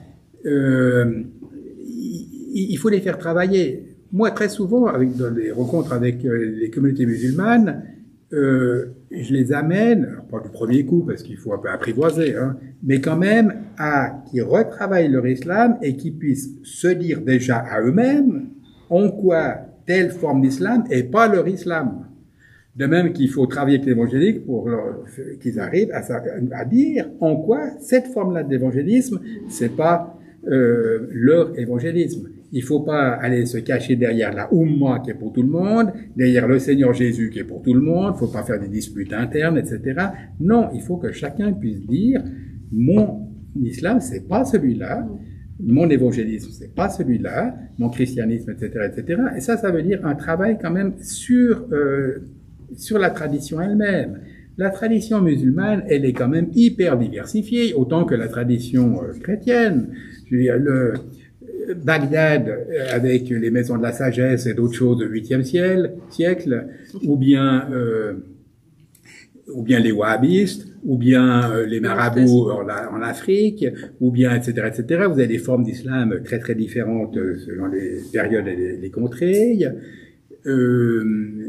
Voilà, qui pouvaient être très radicales à certaines époques et qui ne le sont plus aujourd'hui.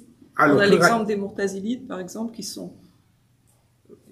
Il y a eu une époque où c'était vraiment des radicaux très très très stricts. Et puis aujourd'hui, on a plutôt une sorte de grande liberté dans le dogme. Et donc il y a des choses qui ont beaucoup bougé aussi. Oui, tu me surprends un peu avec l'exemple des Mourtazilites, puisque eux, ils ont quand même dans la mémoire islamique, c'est ceux qui ont combattu le dogme du Coran incréé pour le Coran créé, et que la plupart des gens disent que c'est plutôt un courant rationaliste à l'intérieur de l'islam. Mais on peut être radical quand on est rationaliste. Ah oui, oui, ça aussi, non. Et du coup, exclure les autres pensées aussi. Ah oui, et donc, bien sûr. Voilà.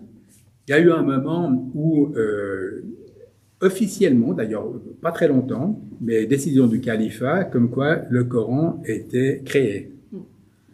Et puis après, ben voilà, c'est pas eux qui ont gagné. C'était un peu comme avec les Ariens. Il y a eu un moment où il y a des parties du christianisme qui étaient complètement sur la ligne arienne. Et puis après Nicée, ben voilà, ils sont devenus hérétiques puisque on a tranché la chose. C'est pas qu'ils sont devenus hérétiques, c'est qu'ils ont été reconnus comme hérétiques parce qu'on a promulgué après telle ou telle affirmation. Ben pour le Coran, c'est la même chose. Le Coran est créé. À un moment, tout d'un coup, c'est devenu l'orthodoxie de l'islam. Mais il y a eu des moments où c'était le contraire. Donc voilà. Bon, mais il faut travailler sur les traditions avec les gens. C'est comme moi, j'ai eu des étudiants qui étaient un peu évangéliques quand ils arrivaient à la fac. On va pas les convaincre avec des arguments historiques comme quoi Matthieu a été écrit en l'an 80, etc., etc. Ça marche pas. Ça marche pas en général. Par contre, si on entre même sur la Bible avec eux pour leur montrer que la Bible c'est plus compliqué que ce qu'ils pensent, et puis que voilà, les arguments externes ça marche pas par rapport aux radicaux. Donc, si l'État républicain veut imposer des mesures externes, peut-être qu'à certains moments c'est nécessaire, je ne veux pas dire le contraire, mais c'est pas ça qui les fera évoluer. Les faire évoluer, c'est aller sur leur terrain, discuter avec eux, les faire bouger, les provoquer et les obliger à aller de façon plus réflexive sur leur tradition.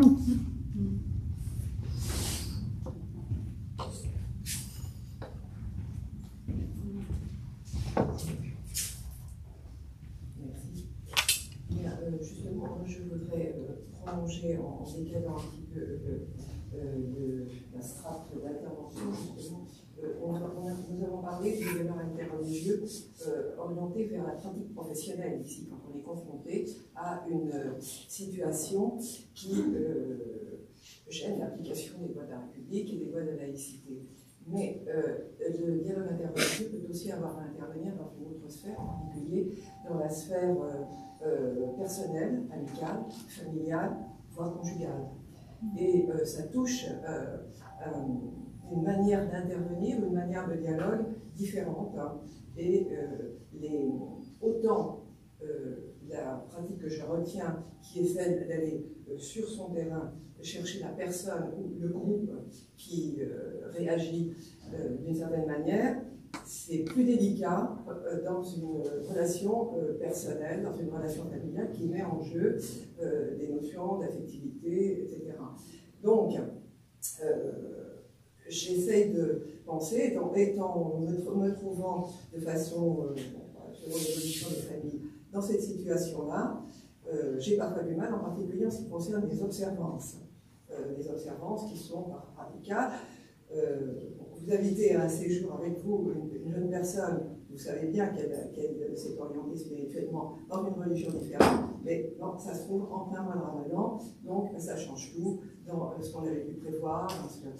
Et il y a un certain raidissement, surtout chez une personne jeune, face à ce qui pourrait être une pratique assouplie, on dirait, de quelque chose. Et c'est ça qui me rend l'application du dialogue religieux, parce que nous avons en commun d'avoir choisi des directions de partir dans des religions différentes de celles de nos pères, mais il se trouve que ce n'est pas les mêmes.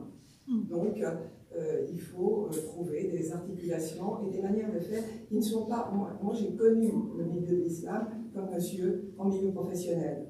Il y a une distance du fonctionnaire, du directeur, de celui qui a une charge, au groupe dont il a la charge, qui permet une manœuvre, dégager davantage de l'affectivité à l'intérieur du groupe familial, voire à l'intérieur de la conjugalité, c'est beaucoup plus difficile.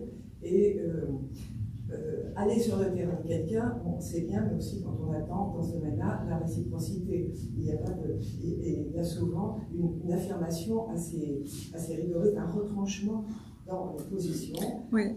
Alors, est-ce que c'est vraiment... Du coup, au fond, il y a la même question, c'est comment on parle aux enfants. Oui. Mais c'est ça, en fait.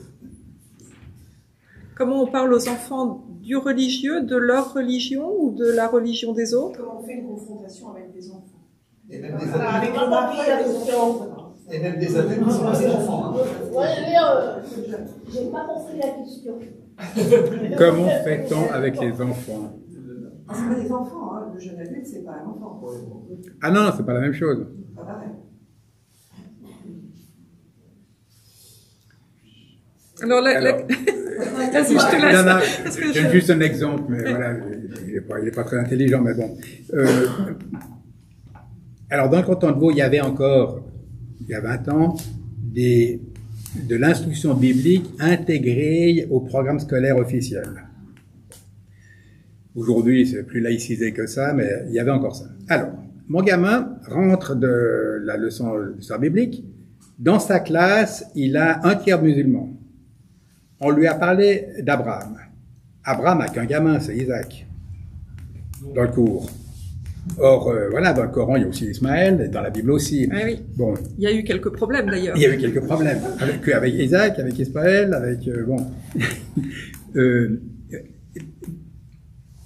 Et donc d'abord, d'ouvrir la pluralité, c'est quand même, même pour les enfants, je veux dire là, dans ce cours qu'on parle... Ça aurait été une super occasion de dire, il y a Abraham, les chrétiens le voient comme ça, les musulmans le voient autrement, ça fait un espace de discussion, plutôt que de parler que de la lignée juive et chrétienne, et puis les autres dans leur coin, Abraham nous appartient quand même, on n'ose pas le dire. Bon. Ouais. Voilà, c'était juste une remarque au passage.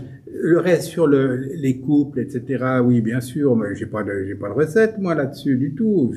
On partage, hein. Quand l'affectivité est engagée, c'est forcément plus compliqué, hein, parce que si, en plus de tout le reste, on risque le divorce et de se disputer avec sa femme, c'est pas, bon. Donc, ça peut neutraliser les choses. À l'inverse, c'est quand même aussi les couples mixtes qui parfois ont fait avancer des choses. Alors, si je prends catholique et protestant, c'est peut-être plus facile, mais quand même, à Genève, où la démographie était telle qu'il y avait autant de catholiques que de protestants, donc il y avait plus de couples mixtes que de couples uniquement protestants et de couples uniquement catholiques. L'écuménisme a aussi été favorisé par ce genre de situation, parce que c'était bourré de couples mixtes, hein, catholiques et protestants, avec les échanges que ça suppose, les accompagnements différents qu'on peut même avoir en paroisse et autres. Voilà, donc des couples... voilà, c'est plus compliqué, c'est plus chaud, si j'ose dire, mais ça peut aussi, socialement, comme ça vu sur un peu de distance, être des éléments qui ont favorisé, en tout cas chez les catholiques et protestants, ça a joué. Vous, c'est peut-être un peu moins le cas, parce que les protestants sont quand même très très minoritaires, et où nous, c'était moitié-moitié, ça a joué très fort. Hein. Mais voilà. En France aussi, hein, il y a eu des belles expériences de couples mixtes, comme on les appelait. Et pas seulement garçon-fille. Voilà, comme si un couple n'était pas toujours mixte, mais enfin, en tout cas là, c'était les couples mixtes, et ça a été des expériences très très porteuses pour les églises et pour l'ouverture des églises, des deux côtés, côté protestant comme côté catholique. Alors, d'autres questions. Alors, on n'a pas bien répondu pour les enfants, pardon. Oui. Peut-être dans la pratique du dialogue interreligieux avec les enfants, moi j'ai pratiqué ça dans tous les postes où j'ai été. Pas dans alors parfois dans la rencontre avec entre enfants, c'est-à-dire arriver à faire rencontrer des enfants qui sont pas de la même religion, de la même confession, ça c'est clair. Ensuite, dans le protestantisme, intra-protestantisme, on peut avoir une partie de la catéchèse qui est dédiée, moi j'avais 1 an dédié à la découverte des autres religions pour qu'ils comprennent où ils pouvaient se situer au milieu de tout ce paysage. Et donc il y avait à l'appui des visites de lieux religieux avec des personnes qui nous accueillaient et qui racontaient aux enfants comment ils vivaient leur foi et qu'est-ce qu'ils avaient comme rite particulier, comme lieu de prière, comme livre particulier. Et les enfants pouvaient poser toutes les questions qu'ils voulaient. Et du coup, leur horizon s'élargissait. Ils se disaient, quand je vais à l'église, il y en a d'autres qui vont à la synagogue, il y en a d'autres qui vont à la mosquée, et déjà ça, il y en a qui vont à la pagode, et déjà ça leur montrait qu'ils n'étaient pas tout seuls dans leur foi. Et alors étrangement, ça encourageait leur façon de parler de leur foi, parce qu'ils disaient, mais en fait, il y a plein de croyants, et c'est beau parce qu'on fait pas tous la même chose. Et je trouvais qu'ils avaient ils sortaient de cette année-là autrement.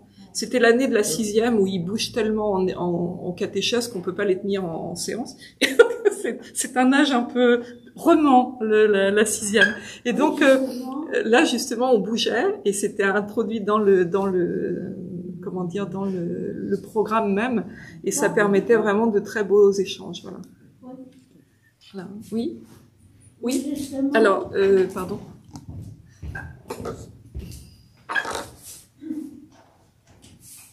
comment ça marche le truc? Je sais pas.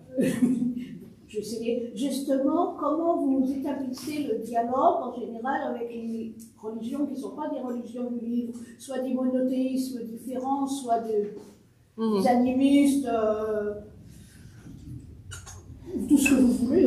Oui, parce que souvent on pense en termes de monothéisme, et c'est parce qu'on est dans des espaces culturels où ils sont historiquement plus en dialogue. Ouais. J'ai pas de réponse. D'abord, j'ai pas une grande expérience du dialogue interreligieux, mais j'en ai vu un tout petit peu avec les bouddhistes. C'est pas foncièrement différent qu'avec l'islam ou le judaïsme. Alors bien sûr, l'islam et le judaïsme et le christianisme, on est quand même dans la même tradition avec des différences fortes, mais on est quand même dans la même tradition. Le bouddhisme, voilà, il vient pas de cette arc-là. Maintenant, c'est pas parce que c'est plus éloigné que c'est forcément plus difficile, parce que comme vous savez, quand on est dans une même tradition qu'on n'est pas d'accord, ça peut au contraire se raidir encore plus, hein, que si c'est en guillemets exotique. Ouais, c'est bien plus dur entre chrétiens que, voilà. Je trouve. Hein. Je crois parce que je dis, il y a tellement de Chinois dans mon quartier que je vais voir que la plupart ne sont pas chrétiens. S'il y a par une église évangélique là, qui s'est installée, je ne sais rien. Sans parler de un petit peu plus haut, il y a des animistes. Oui. Il y a une très grande diversité à Paris. Ouais. Alors, une autre question? Non, c'est pour ça que je posais la question, autrement, sans parler des trucs sympathiques. On va prendre une autre question, oui? C'est une question de remarque. Il y a un mot qui m'a beaucoup accroché, c'est le terme de pensée. Oui. Parce que sans penser sur la pensée, qu'est-ce que la pensée actuelle? Et est-ce qu'on peut encore penser? Parce que la pensée, c'est la recherche. C'est prendre le temps d'un développement, d'une parole qui s'expose, qui balbutie, qui doute, mais pour en arriver à une ouverture. Une chose qui me frappe, parce qu'on va parler d'université, moi j'ai connu le temps des universités plurielles. Paris 1, Paris 2, Paris Sancier, Paris Vincennes, Paris Nanterre, et qui étaient déjà des ponctuations de pensée des auteurs. C'était incarné. Maintenant, on a Paris-Sorbonne et on a Sciences Po. C'est-à-dire que, moi je trouve que un problème fondamental, c'est la réflexion et pouvoir accueillir une parole qui se crée, une parole partagée qui permet des déplacements. Et ce que je trouve très difficile, c'est que chacun arrive avec ses poids de conviction, ces poids de pensée déjà programmés, et qui n'est pas que le but qu'au terme de l'interreligion, mais qui est dû à une forme de société qu'on dit maintenant binaire, c'est peut-être pas long terme, mais quand même, où on ne s'écoute plus, où il y a la vérité et il y a la non-vérité, mais il n'y a pas beaucoup de lieux à l'heure actuelle où on peut dérouler une pensée en train de se chercher qui permettra enfin d'ouvrir de nouveaux horizons et de faire tomber peut-être une forme de non-accueil de ce qu'est dans sa pensée. Enfin, voilà, c'est juste ça, parce que je trouve que c'est quand même un point essentiel, me semble-t-il. J'ai rien à ajouter, sauf à consonner complètement. Le déplacement et du coup la réflexivité, c'est fondamental, absolument. Voilà. La société a quelque chose de très binaire aujourd'hui. Pour parler en langage un peu psychanalytique, il n'y a plus de tiers. Et effectivement, la confrontation de deux, il faut arriver à un espace tiers qui permet de médiatiser tout ça. Et beaucoup d'observateurs de la société d'aujourd'hui disent que justement, c'est l'effondrement du tiers et qu'on est donc que dans les polarisations duelles et puis des auto-affirmations.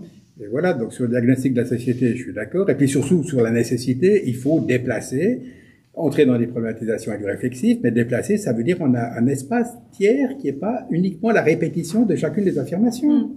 Si on décale, on est sur un autre espace, et puis à partir de cet autre espace, on reprend autrement d'où on vient. Alors, une autre question. Voilà.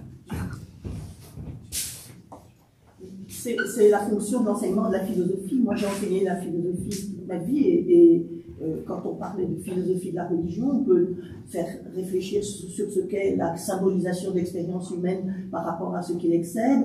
on peut donner des exemples de symbolisation en décrivant justement les différentes religions, et ça marche très bien auprès des élèves, ça marche très bien. Donc il y a quand même, je veux dire, en France, on a quand même des classes de philosophie qu'on veut rétrécir de plus en plus. Oui, en ce moment, c'est pas... Ça va dans le sens du diagnostic de la réduction. Mais je pense qu'il y a quand même, du côté de, vous parliez de l'analphabétisme religieux, il faut que l'éducation nationale, de façon non professionnelle, enseigne toutes ces cultures mais comme sources antiques qui peuvent inspirer, qui doivent être décodées par la pensée contemporaine, sans les renier, mais en les éclairant.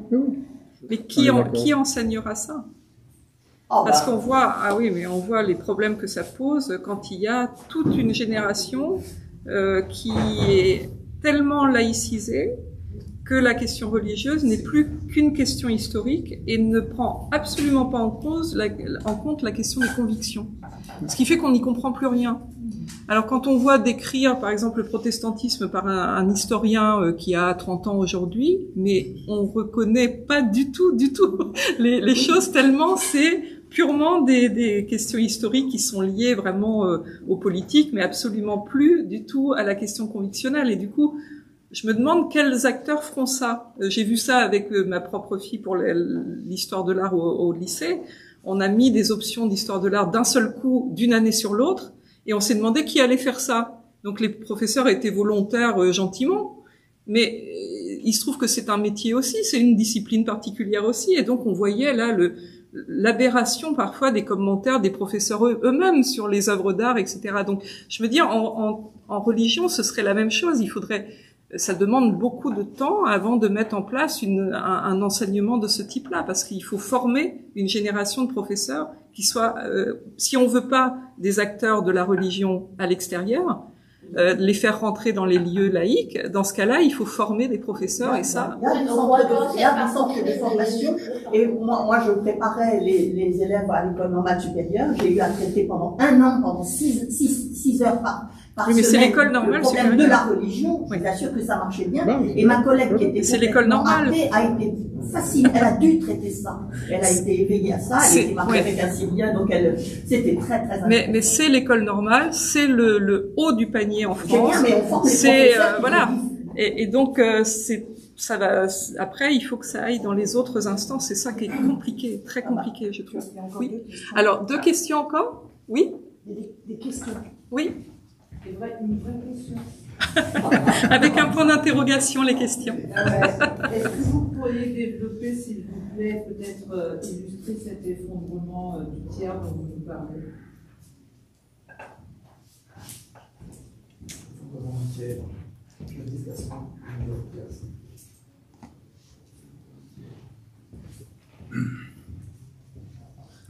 J'ai essayé de le dire de façon tout à fait insuffisante. Je reviens sur la question du déplacement. On a chacun des affirmations dont on vit.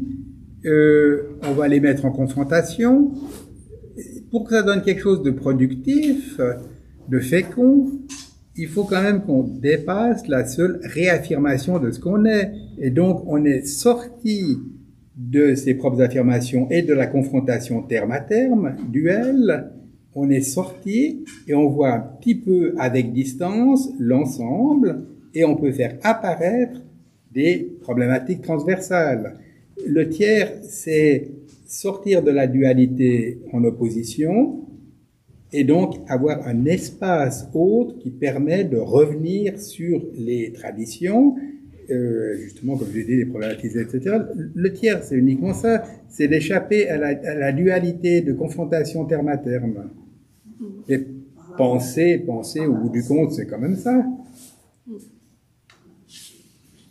Je pense qu'il y a une téléologisation des études, c'est-à-dire qu'il y a une téléologie et on cherche une fin particulière. On voit chez les étudiants, c'est très net, ils ont un besoin d'universalisme à un certain moment et on leur dit mais ce qu'il faut c'est que vous vous orientez très tôt dans une voie, vous n'étudierez que ça parce qu'il faut que vous soyez spécialiste de ça et que vous ayez un métier dans cette branche-là et que donc on forme plus des esprits, on forme des citoyens qui vont travailler dans une branche particulière. C'est ça qui a beaucoup changé à l'université. On a voulu professionnaliser parce qu'on a des études de masse. Beaucoup de gens vont à l'université aujourd'hui et c'est heureux. Sauf que du coup, après, dans le marché du travail, il faut savoir qu'est-ce qu'on fait avec ce nombre de personnes formées-là. Et souvent, ça donnait des personnes formées sans spécialité qui étaient au chômage. Et pour régler ça, on a professionnalisé l'université. Et du coup, on a empêché certaines libertés qu'on avait avant. Moi, je me souviens de toutes les options qu'on prenait qui nous permettaient de faire des tas de choses à l'université, en dehors ou à côté de ce qu'on avait comme discipline principale. Aujourd'hui, c'est plus autant possible, à moins d'avoir 40 heures de cours par semaine, et de faire plusieurs licences en une. Mais sinon, c'est un vrai problème aussi économique que pose ce problème de l'enseignement et de la pensée, qui fait que on n'a pas le loisir au sens la scolaire, on n'a plus ce loisir d'aller étudier, pour former son esprit seulement. On a d'abord à trouver une voie qui donnera un emploi, et ça se comprend aussi. Donc comment on arrive à maintenir entre ce luxe qui est devenu la pensée pour elle-même, pour former l'esprit, et puis la fin qu'on poursuit dans la formation. Il reste une question. Oui.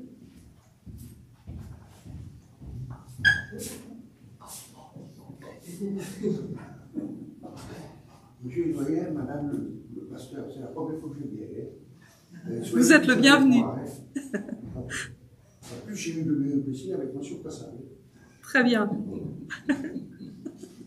Donc, vous êtes passé. Oh. Quelle est votre appréciation, vos appréciations, si c'est autorisé par la loi, au sujet de Michel Onfray, École normale supérieure de l'art et Michel Houellebecq, Institut national d'agronomie, juste à côté. Moi, je fais dans le quartier depuis longtemps. Et vous voulez qu'on vous donne notre avis sur ces deux personnages et leur façon de dire? J'ai dit appréciation. Appréciation. Moi, je me permettrais pas de juger quelqu'un comme ça, non. Voilà, je trouve que peut-être que pour Michel Onfray, je dirais qu'il s'est construit en faux, c'est-à-dire contre tout le temps. Et je trouve ça triste. Mais c'est tout ce que je dirais, voilà. Je trouve ça triste de construire une pensée entièrement contre. Je pense que c'est important d'être dans une réelle rencontre plutôt que se servir de la pensée de l'autre pour être contre. Je trouve que ça marque une grande faiblesse et je trouve ça triste. Voilà. Je pense qu'avec la puissance de pensée qu'il a, ça aurait pu être autre chose. Je dirais ça de façon technique. Après, je connais pas du tout le monsieur et donc je n'ai fait qu'entendre ce qu'il pouvait dire, notamment en philosophie et sur la question des religions. Je suis un peu sur la même longueur d'onde, je suis pas un spécialiste d'Onfray, mais il s'est construit contre.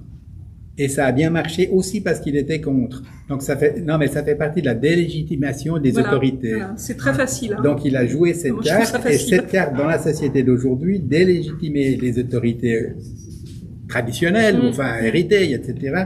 Ça fonctionne bien. Voilà. Ça participe à cette désinstitutionnalisation. Oui. Ça participe aussi à ça. Et voilà, c'est un des créneaux assez faciles à emprunter si on veut faire beaucoup d'audience. Mais ça construit pas grand-chose. Moi, c'est ça que je regrette. Ouais. C'est ça que je trouve triste. C'est d'avoir le luxe d'avoir appris, d'avoir été bien formé, d'avoir lu beaucoup de choses. C'est un vrai luxe, hein, on se rend pas compte. La chance qu'on a, peut-être quand on vient d'un milieu où on n'avait pas ce luxe, on s'en rend compte. Mais l'école nous sauve. La lecture, le loisir qu'on passe à apprendre les choses, ça nous sauve. Ça fait de nous d'autres humains.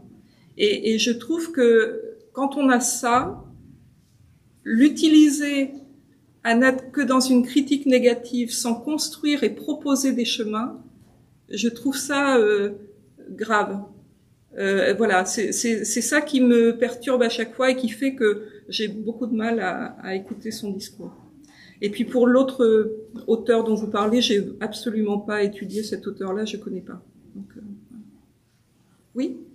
Alors on va arrêter là parce que peut-être tout le monde a envie de partager le beau brunch qui a été préparé par nos amis hier après-midi et ce matin.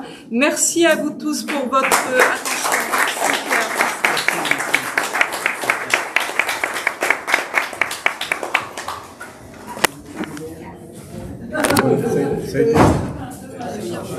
Alors attends, il faut que je fasse ça. Alors comment je fais après ?